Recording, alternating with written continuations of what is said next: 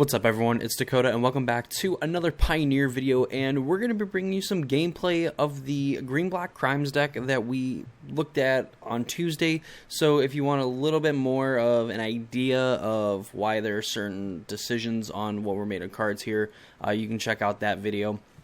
But the list we are playing is a little bit different. I got some feedback from some people in the comments, so I kind of looked up a better version, probably a little bit more consistent than the one that we actually looked at on Tuesday.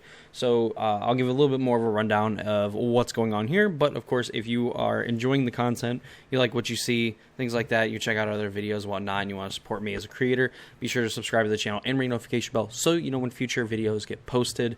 And, you know, let's go ahead and get right into the deck. So Green-Black Crimes has been an archetype that people were kind of messing around with because of the card Free Strider Lookout, and this is the main kind of reason to play this style of mid-range deck. So Free Strider Lookout, 3 mana, 3/3 with reach. Whenever you commit a crime, you look at the top 5 cards of your library. You may put a land card from among them onto the battlefield tapped, the rest on the bottom of your library in a random order, with the caveat being that this triggers only once each turn. So the best way to use Free Strider Lookout and a lot of these other cards that when you commit a crime, do X and you can only trigger it once each turn, is to find different ways to trigger this card on not only your turn, but on your opponent's turn as well. So with the fact that we have a lot of Phoenix kind of running around and some of the decks wanting to use the graveyard to some degree, you have Scrabbling Claws, which fills, you know, 2 specific kind of utilities, I guess, for this deck, where you can tap it, target player exiles a card from the graveyard, and you can pay 1 and sacrifice it, and you can exile a card from the graveyard, draw a card. Both modes will end up committing a crime, obviously keeping the claws around, so you can activate this on your opponent's turn or even on your own turn. If you have like a removal spell you want to use on their turn, then that way you can commit multiple crimes on each turn. And of course it gives you the option to get rid of a specific card if you need to get a specific card, because if you just tap it, then your opponent is going to get to choose what card they get rid of, kind of like the Relic of Progenitus in Modern. Going further, you know, you have Thoughtseize, Fatal Push, Duress, kind of, you know, par for the course for any black mid-range deck. Shielder's Edict to kind of like help sacrifice, you know, other creatures and stuff. This is like, I believe, mainly a Vein Ripper kind of situation where, you know, Vein Ripper, you're forced to sacrifice a creature. Well, this way, if you target the opponent, you're committing a crime for 1, and 2, you're kind of getting them to sacrifice their creature, which is essentially as good as a removal spell, because you can do a pretty good job of keeping their board clear of their little critters. Mosswood Dread Knight, just a very solid mid-range card for, you know, 2 mana, you can cast it for an adventure, draw a card, lose a life. You know, not the most exciting, but the fact that on the creature side of it, as a 2 mana 3/2, pretty aggressive, trample, you're going to be able to beat over the small things, and then when it dies, you can cast it from the graveyard as an adventure until your next turn, which means then you can cast Mosswood Dread Knight later. So, pretty cool. I mean, you have to have it go on in the adventure first, so it ends up being a 4 mana 3/2 that draws you a card and loses a life. You know, assuming you get to go run the full gambit. You have Abrupt Decay, uncounterable, destroy target non-land permanent with mana value 3 or less. Again, committing a crime. Reckoner Bankbuster is kind of where this deck becomes a little bit more of a mid-range deck. And we'd seen Reckoner Bankbuster be played in like different Rakdos decks, whether it's like traditional Rakdos midrange or the Rakdos Vampires deck. Any of the decks that are trying to play a little bit longer of a game, Reckoner Bankbuster seems to be the card that people slot first into their deck. You know, 2 mana, you know, potentially could be a 4/4, very aggressive, even with Crew 3. And there being a decent amount of 3 power creatures in this deck. And then also getting to draw cards and then eventually, you know, make a pilot that can crew the Bankbuster and I believe create a treasure token as well.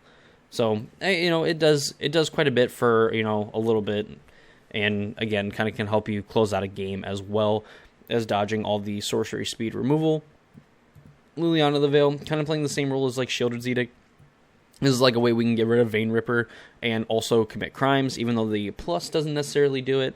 We all know that, at least currently, Liliana of the Veil does a pretty good job in the Pioneer format, just being a very threatening planeswalker that, you know, if your opponent's not really able to get out from underneath of it, you're able to get empty-handed pretty quickly, still commit crimes with the cards and stuff that you have in play, you know, and just in general, like, enact your game plan while kind of shutting your opponent off from theirs.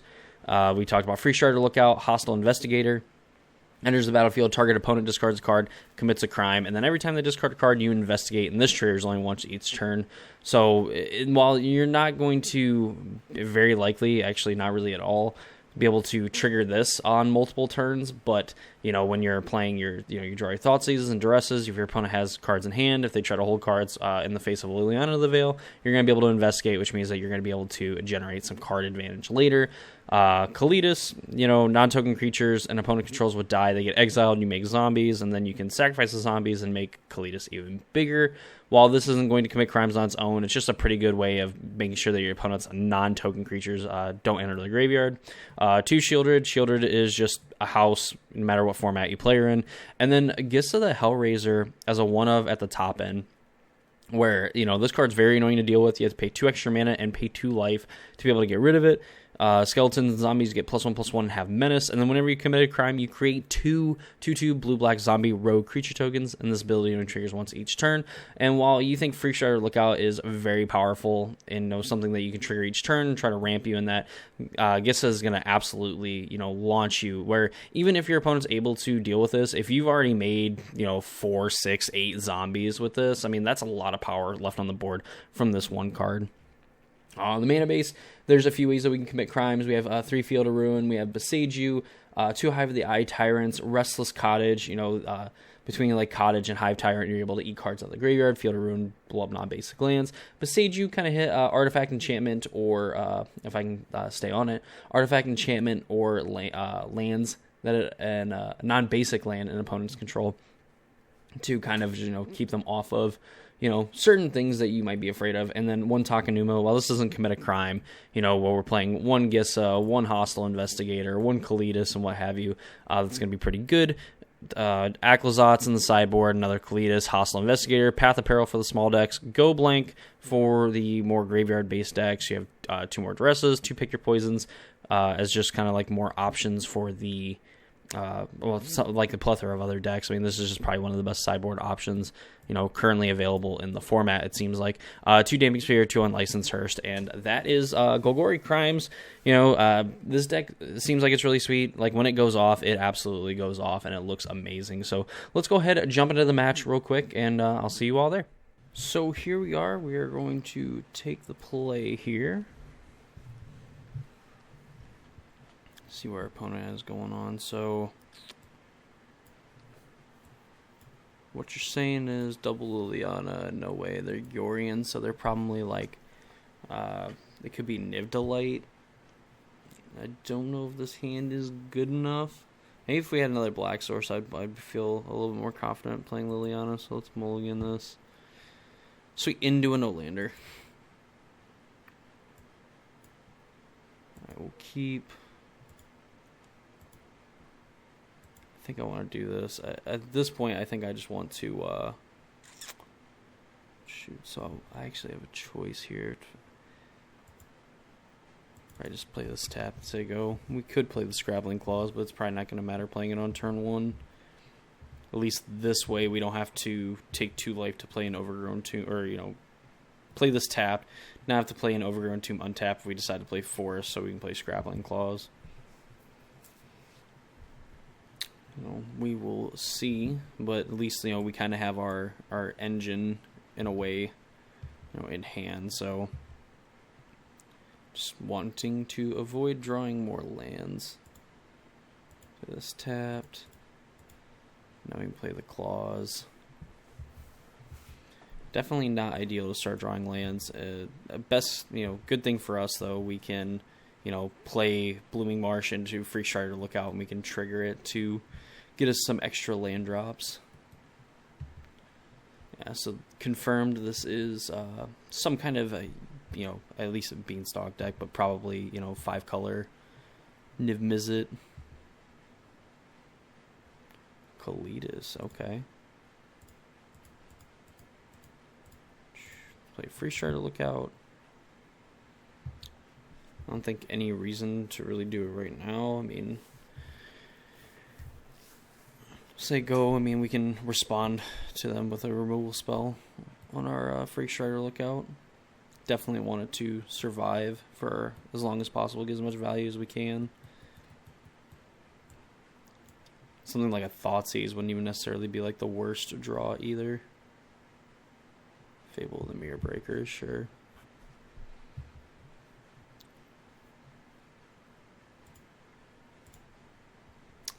Go ahead. 5 cards. We have Field of Ruin. I know these Niv decks play basic lands. I don't think we really need any mana fixing either, so we'll take the Field of Ruin. I don't think it's going to matter too much.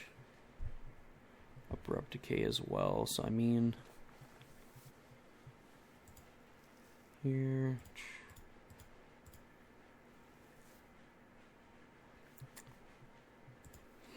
So... Beanstalk isn't going to get them necessarily value here. I think I'm going to play towards, trying to, at least put enough pressure on them where this Beanstalk is not going to be able to do a whole lot. We'll take a Hive.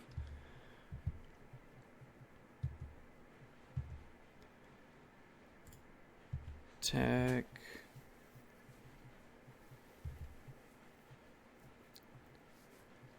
We'll pass the turn.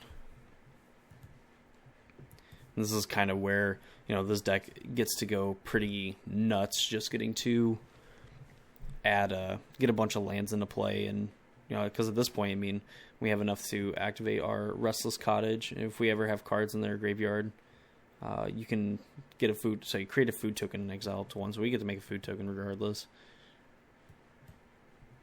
And they have here, I think they have Full Domain,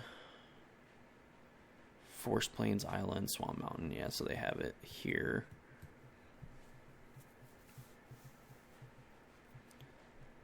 Not sure. Leyline Binding. So they get to draw a card.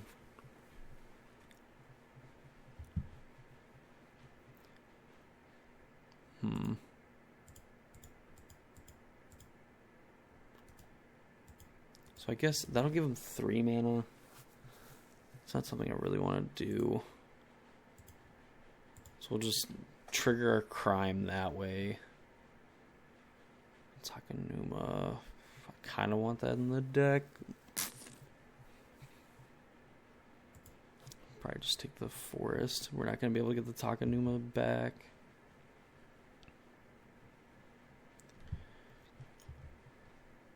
Sure.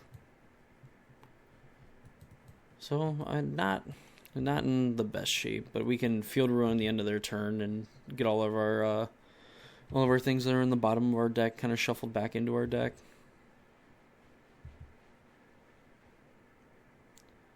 I don't think they really play any 3-mana instants. I think I want to hit their black source. They do have a swamp. Fable of the Mirror Breaker, sure. Another Shaman. This might just be a bad matchup. I think they can kind of out mid-range us. Hit this one. We'll just hit their Spars headquarters. We find enough. I think if we find enough Field of Ruins, maybe I can't remember if they necessarily play, how many basic lands do they play? One of each basic. I think that they do. I'm not entirely sure. Abrupt Decay. So we have Kalitas plus Abrupt Decay. Wish we could find something to get rid of this Leyline Binding. Go Kalitas for a non-token creature opponent controls would die, so it has to die. I don't know if I want to give them more outs to anything, so I think I'm just going to do this now. Just get rid of this. And then we'll probably plan on sacrificing the Scrabbling Claws to eat a card out of their graveyard.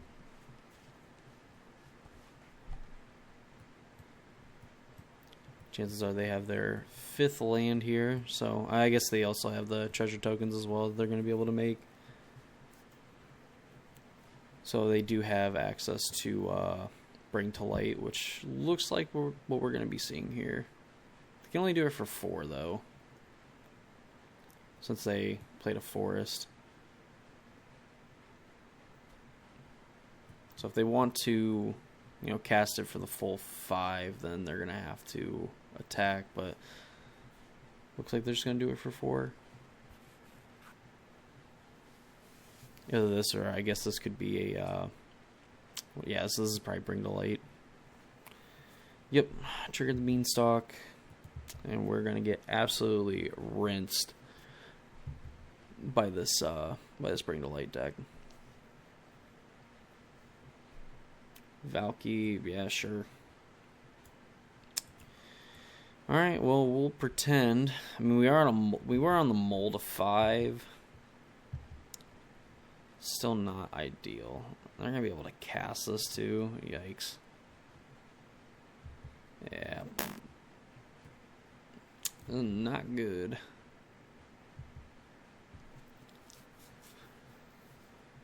Thing is, we do have these creature lands, so I guess if they do attack with both and they don't have a follow-up, we can hit this Valky, and they're not going to give us a chance to do that, so let's get rid of this Bring to Light. Fatal Push. Free Strider Lookout. So, I mean, do you get to play another Lookout?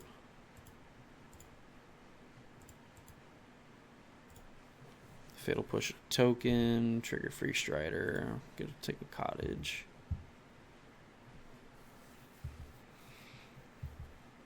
I mean, chances are they have something for this Free Strider Lookout. They've drawn a few cards from up the Beanstalk. They've gotten to, they got Tibbled down and everything.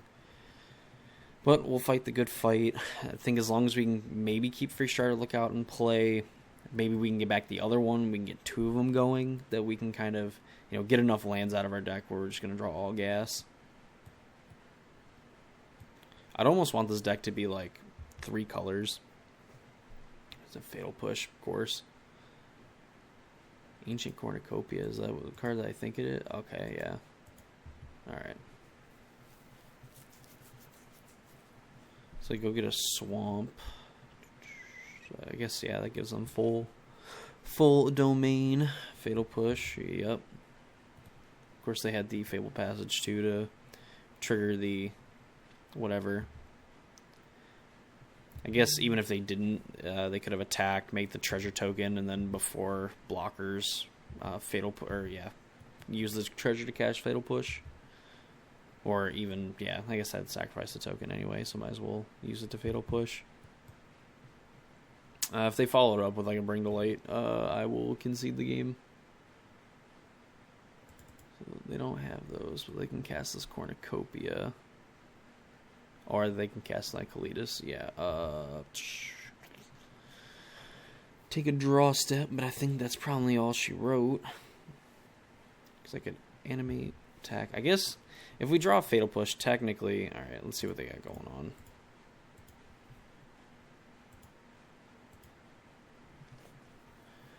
Might as well see what they have. So Deadly Cover Up, something we could have expected. Straw out creatures, evidence collected, talk about a graveyard, Abrupt Decay, Vanishing Verse, and a couple of lands. Alright, so we'll do this, and then we will concede the game. Alright, so looking at Niv Delight. Quite frankly, I'm pretty sure that's just like an insanely bad matchup anyway.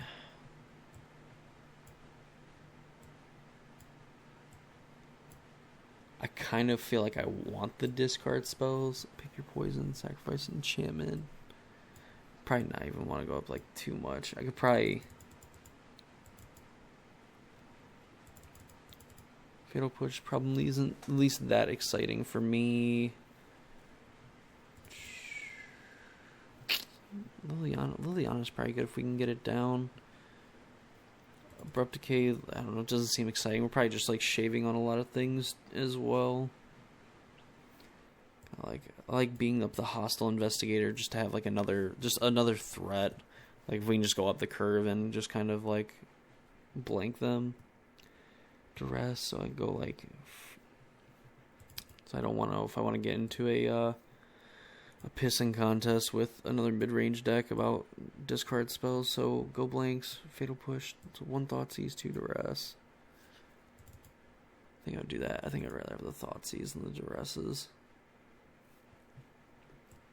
Pick your poison's probably going to be pretty decent. Question is, do I want 2 Thoughtseize duress? How many Thoughtseize do I want? I suppose we have all of these. I don't know if I want to be like essentially a black mid-range deck, or like the discard deck. I just want to stay kind of like this. Aclazotz. Know if we can go like a little bit bigger. Shieldred's probably halfway decent. I don't know if Kalitas is all that good.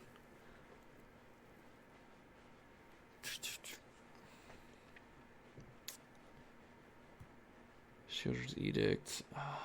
Probably not that great.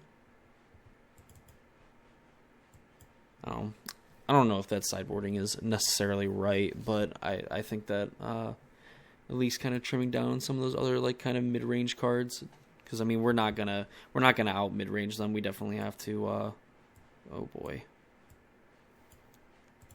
Well, if we draw halfway decent, Free Strider Lookout, hopefully into a way to commit a crime. If we draw like a Scrabbling Claws next turn. They mold to 6 as well. So I mean, even if we have like Free Strider Lookout on 3 and then Lookout on 4 plus like Thoughts, or drawing one of our 1-mana spells, this is gonna go absolutely insane. I mean, we saw like 1 Lookout was pretty good, and they mold to 5 too. We saw that 1 Lookout was pretty good. Imagine getting like 2 of them going and getting to do it twice every turn and look at like 5 cards and then 5 cards again. So, I mean, this hand's going to be, if we can get it going. I mean, them on a mold of 5, most mid-range decks, you kind of want, like, a critical mass of cards. Like, that's kind of where you get a little bit of your versatility from, is just being able to have more options to kind of deal with things. And you definitely have to draw a little bit better. That said, a deck that can draw very well and just has a ton of tools for everything is this Nib to Light deck. So, it kind of is what it is. Look at that. We're going to go absolutely nuts. Just hopefully our opponent doesn't have something like their own, like Pick Their Poison. They'd also have to play like an untapped green source to be able to do it. So, I mean, next turn we get to play Marsh into Lookout into, getting to kind of mess with them. I guess not even really mess with them, because not like we're doing anything. Need green mana for that, Dakota.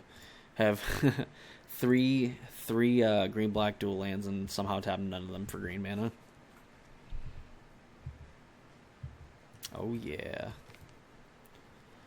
Doing this here. So, I mean, they still... Alright, so now they have full domain, so they can... whatever it is. Leyline Binding this, but it looks like maybe just going for Helix. Well, you're no fun. Almost miss. So look at the Helix, our Free Strider Lookout, but we do have, Lookout into another Lookout to, again, kind of like maintain that pressure. We have an Aclazotz now.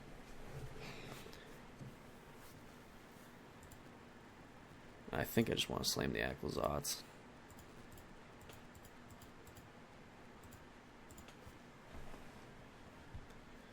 I mean, this thing is going to be pretty hard for them to deal with. Well, we're not necessarily going to be dumping our hand. There's the potential that they need to expend some amount of resources. And if they use like a Leyline Binding on this, we do have some options to get rid of the Leyline Binding. It looks like they missed on land drops. So whatever... It attacks each opponent, discards a card, so it doesn't commit a crime.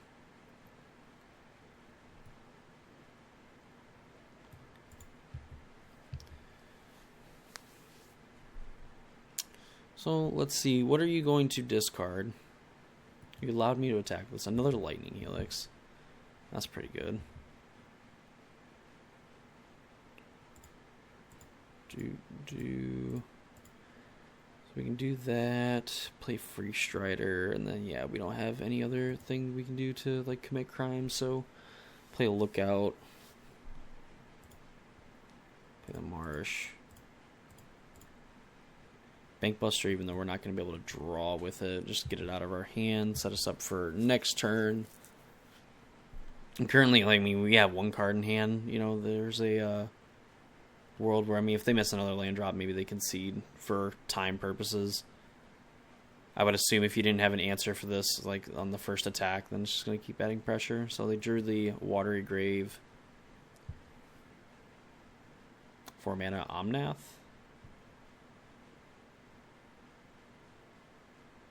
It's Omnath mana. You get to draw a card. So that's definitely a way that they can keep getting pressure. You know, if they just gain 4 life every turn. You know, we Free Strider Lookout can't attack through this. Let's get rid of a Helix. Take an Overgrown Tomb. Liliana would be a heck of a draw for us. Slam that and then get to play Bankbuster. Or slam that.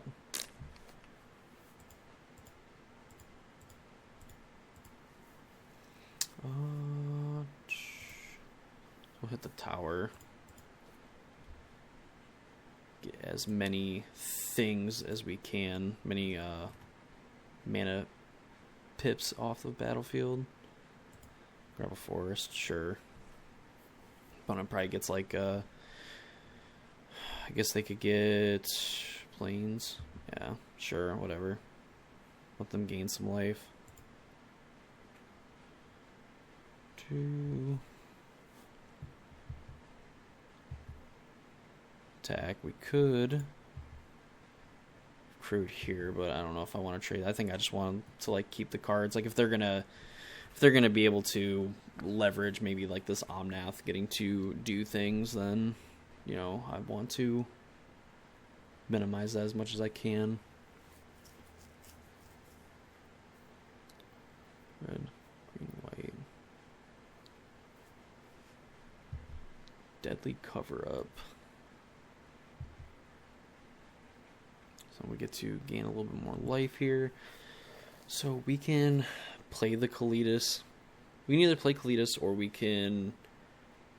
I guess we can even activate Bankbuster still.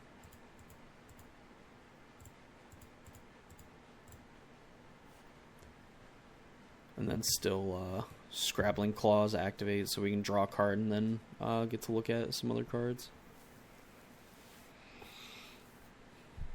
Imagine if we had that second Free Strider Lookout still in play, like we would be going absolutely insane.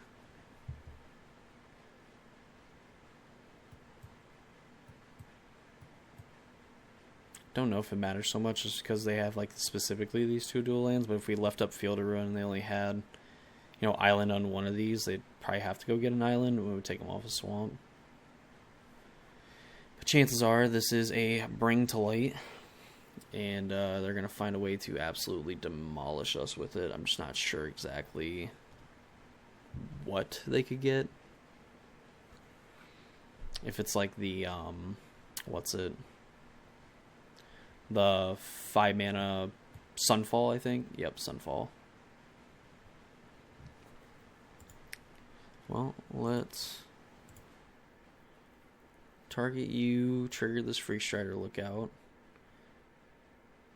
I mean, I guess for the most part this is okay, just not super ideal, obviously, but, you know, they tap out to do this. Tower, Fiend's Tower. Oh yeah, that's there, duh. And then, yeah, sure. You have a 4/4, but I mean... all of our lands just kind of get to go absolutely nuts.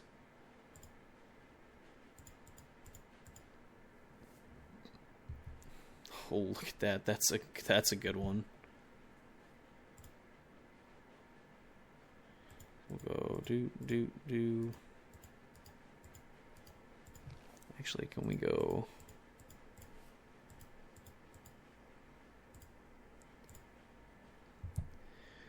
play Gissa. Go that, we get a land back. So we can actually activate, attack, eat a card out of the graveyard, make a food token.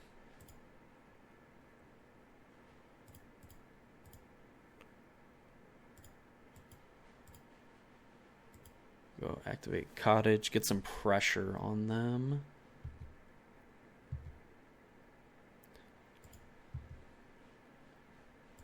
Food token, we'll get rid of this. Get rid of deadly cover up. Get to make some zombies. Again, really put the screws to our opponent here.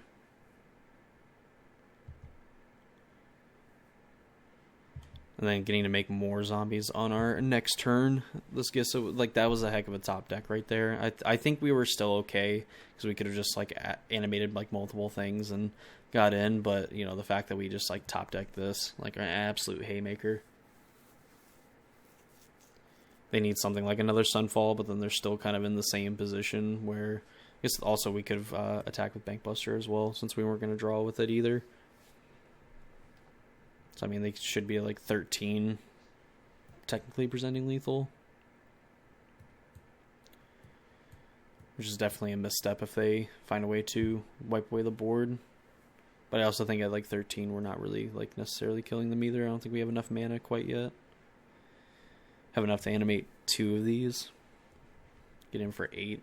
You know, that's still a misstep. That's a misplay on our part. The good thing for us though is that if they want to activate this incubator token, currently with what they have, they're not able to necessarily bring to light or, you know, really do anything huge and then also flip this incubator token. If they Fable, that's fine, sure.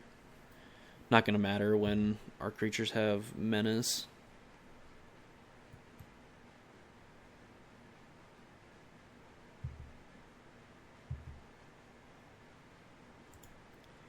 Alright. Eat. Make some more Zambos. Zombie rogues.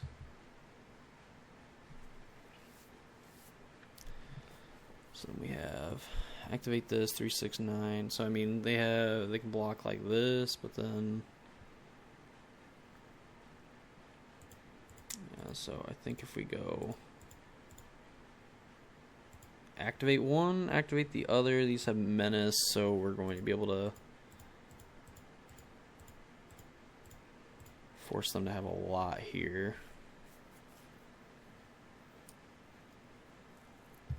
Yeah, transform. Alright, yeah, they're dead.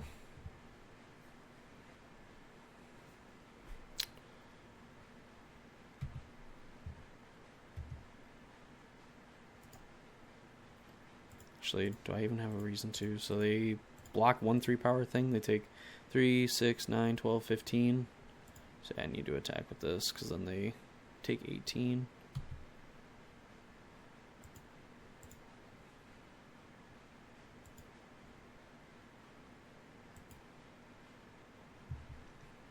Make some more tap zombies.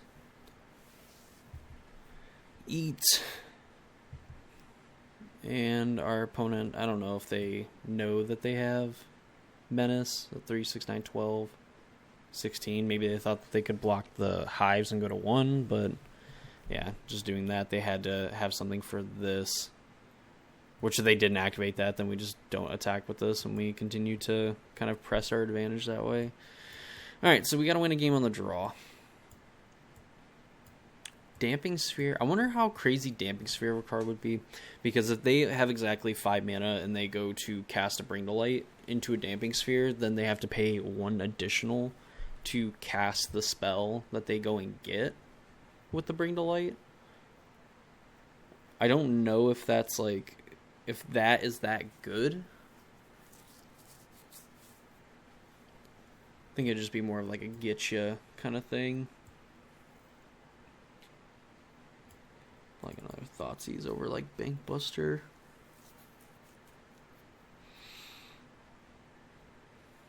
If that's the case, do I want Bank Buster over Damping Sphere?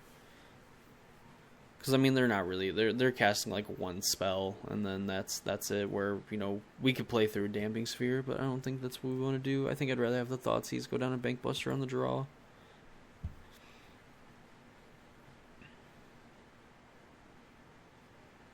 So we'll see here if we can claw our way back and win this match. So still draw a Bank Buster. I think this is just like a solid. I think this is probably a solid like mid-range hand. Like we can keep this. We can Scrabbling Claws on one. Potential to play Bank Buster and just kind of get some card advantage going that way. Would really like a Liliana to pair with this Hostile Investigator. Or Free Strider Lookout. So we go Swamp Claws. If we play Tap Land, then we're kind of off curve because then we want to play Bank Buster. I don't think I want to take two, so I'll take Claws. And playing a Cliff Chopper Retreat, I don't know if it's a sign of strength or not, but that means Leyline Binding is not active, or like no land types for Leyline Binding. So I would say just a solid start. They didn't lead on Triome into this. Continuing or not, send a message. So Liliana the Veil too. Wow.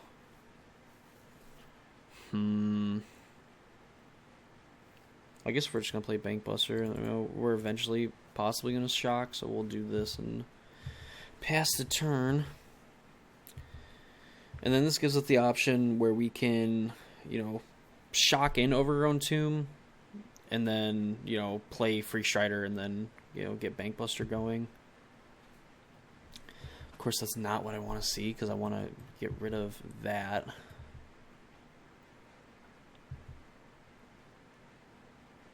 Takanuma.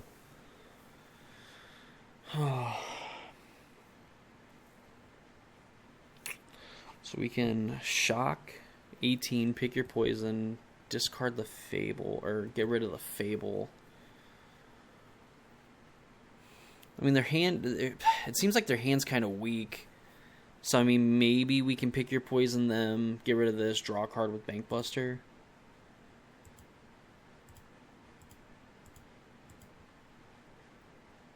Sacrifice an enchantment. Each opponent.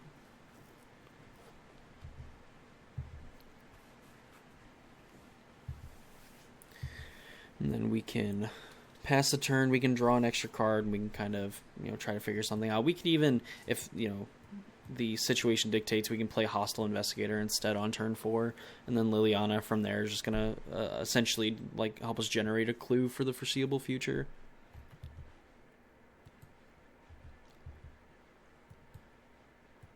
I also think that, we just need to, we need to deal with this Shaman.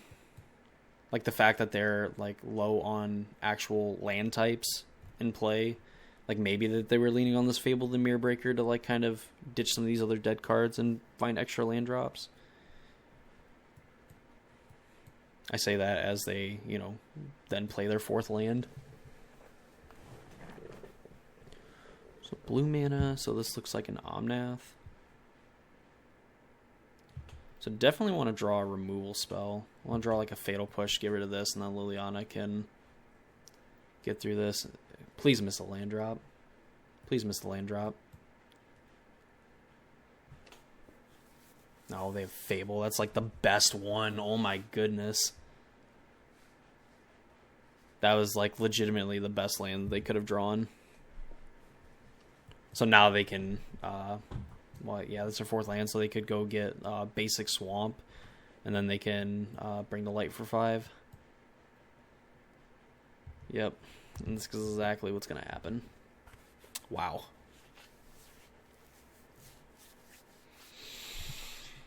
Oh, yeah, well, that sucks. At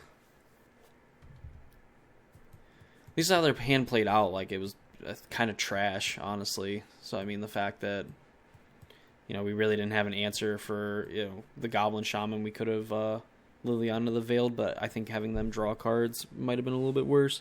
But then again, like, we let them draw cards, but we still deal with the Fable. Yeah, Div Mizzet. Rough. Now we definitely need to find something to deal with the token, and I don't know if we can battle through all these cards. Pillage the Bog. Oh, that's the only card that they can get. Huh. So they missed.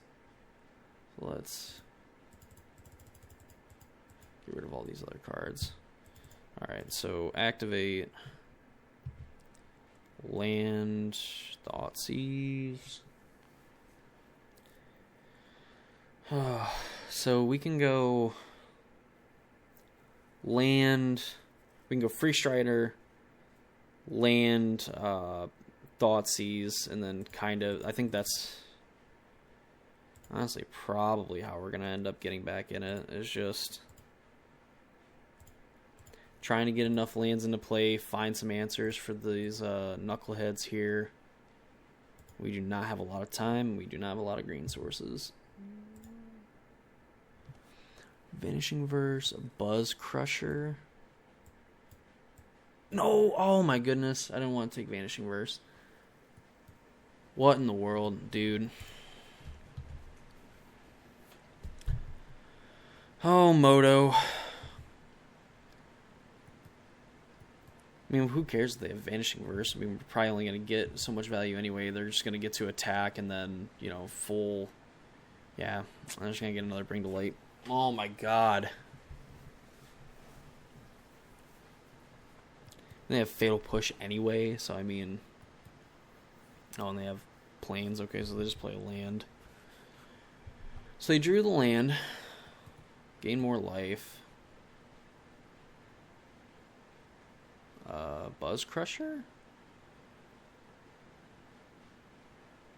Maybe they thought they had Bring to Light?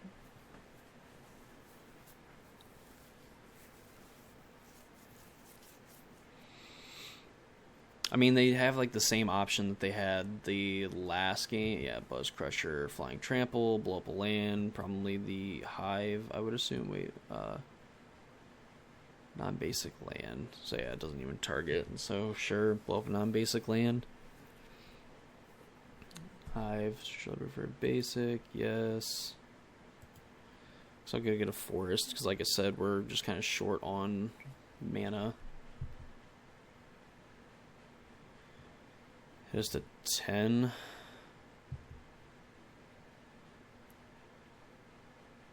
mean, we could crew the Bank Buster, block the Omnath.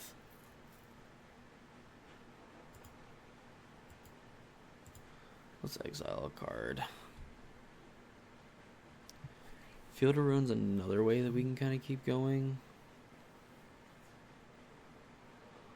We'll take the Cottage. Ooh. Hitting the microphone there.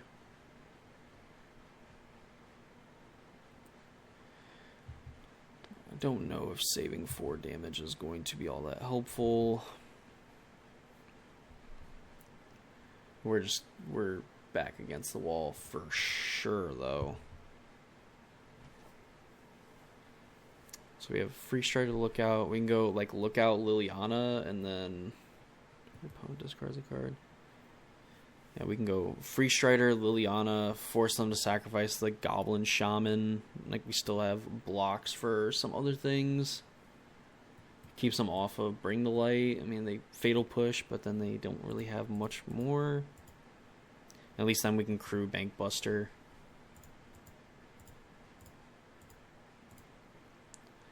Liliana's going to kind of help us out.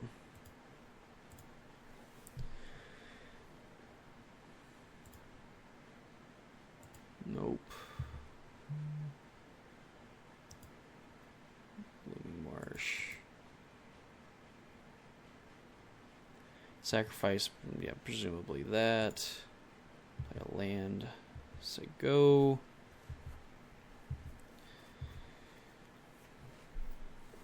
And just kind of keep it rolling. I guess now they don't have a way to actually trigger Revolt, so they can't Fatal Push. Of course they draw. They draw the, I guess maybe not necessarily the best possible land, but they draw the land that lets them cast Bring to Light. At this point, I don't know exactly what they go and get. I guess they could just go and get Valky. Go get Valky, bully our Planeswalker, bully our just lookouts. So yeah, I mean, they can just go and get... I think the play is like go get Valky, play the Tybalt side of it, kill a Freak Charter lookout, attack, and they hit us for 8. Oh, but we have the Reckoner Bankbuster. Yeah, so I mean, not ideal, but this technically lets us live a turn.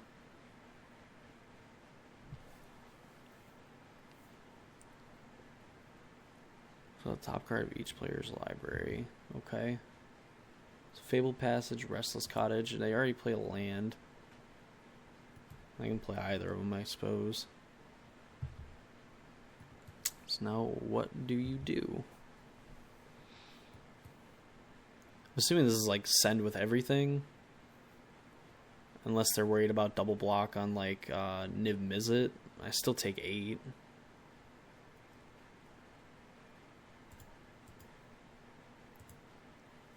Let's do this. Let's see what we got here. Cottage in.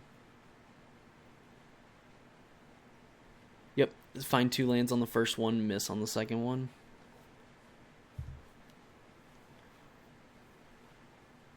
So we go lookout. Block, take 4. Yeah, we can't double block because then we just take 8, so we have to crew Bankbuster. Block Omnath.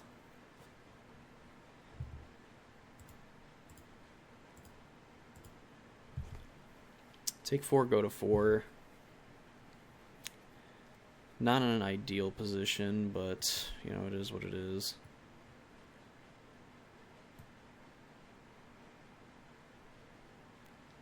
Let's say Fatal Push Bog.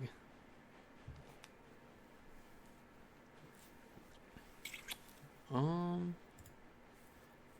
how many lands do we have? We have 4, 8, 10.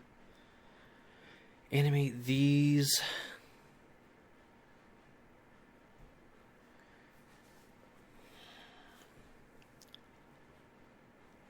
So we go animate, attack. We make 2 food tokens. I don't think we even have enough after. So these have to attack. So we have 4, 7, 8, 9, 10 lands. It's going to take us, yeah, so we're not even going to have enough to crack a food. So we attack with 1. We can take out the Tybalt. But then we don't have a blocker.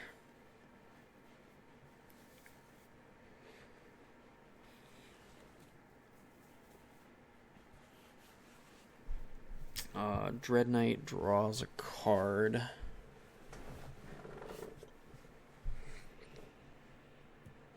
Hostile Investigator isn't really going to do a whole lot because we can go even Investigator animate. We have to attack still, get the food token. That's not going to work. Jeez, we're not in that good of a spot here. So I want to get rid of a Fatal Push. Like at this point, they're able to kind of, any minute, like with the way they've been running, they're probably going to be able to find a way to cast this Fatal Push. Well, I think we have to go Cottage, attack, force them. If they want to use Valky, then they have to get rid of Valky. They only exiled 2 lands. Leave this back.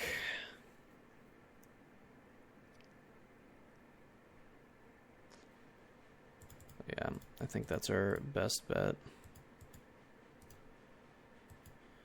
Activate a Cottage. Yeah, and then we have to be able to activate.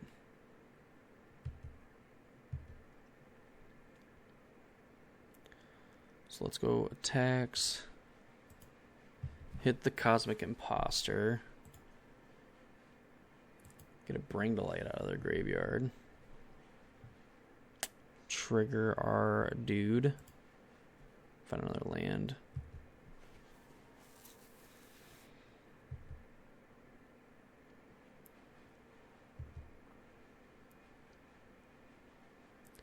Four. I don't know if Hostile Investigator's even like that good anymore. Plus we need the mana too, so plus get rid of one of these cards. Imagine they probably keep the Fatal Push, ditch the Bog. No, actually, alright, so I guess what, they could draw like a 4-mana thing. Restless Cottage back to block, I don't think does anything. We could even eat the food now, go to 7, play Dread Knight, say go.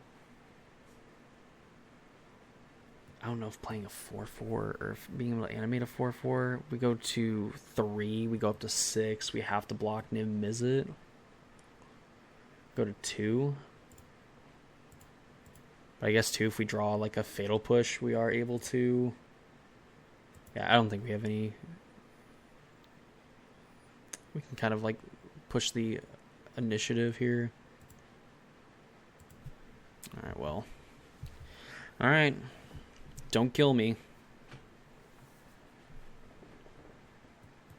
I guess Tybalt Minus does that anyway, so.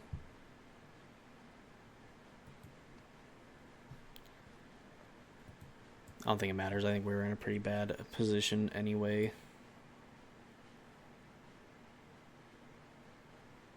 Because even if, you know, the fact that we're at like 4, I think we were pretty much dead either way. They just can't minus on the free share to look out. Yeah. Get one more clause activation in.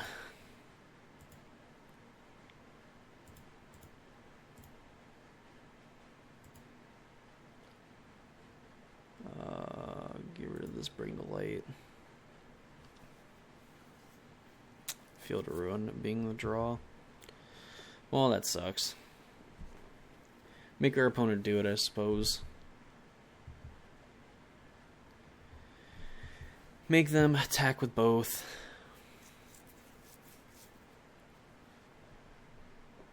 Don't really have any reason not to. Sure, pillage the bog. Why not?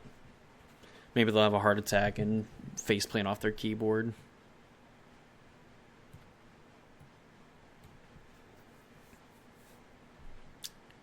No more bog, combat.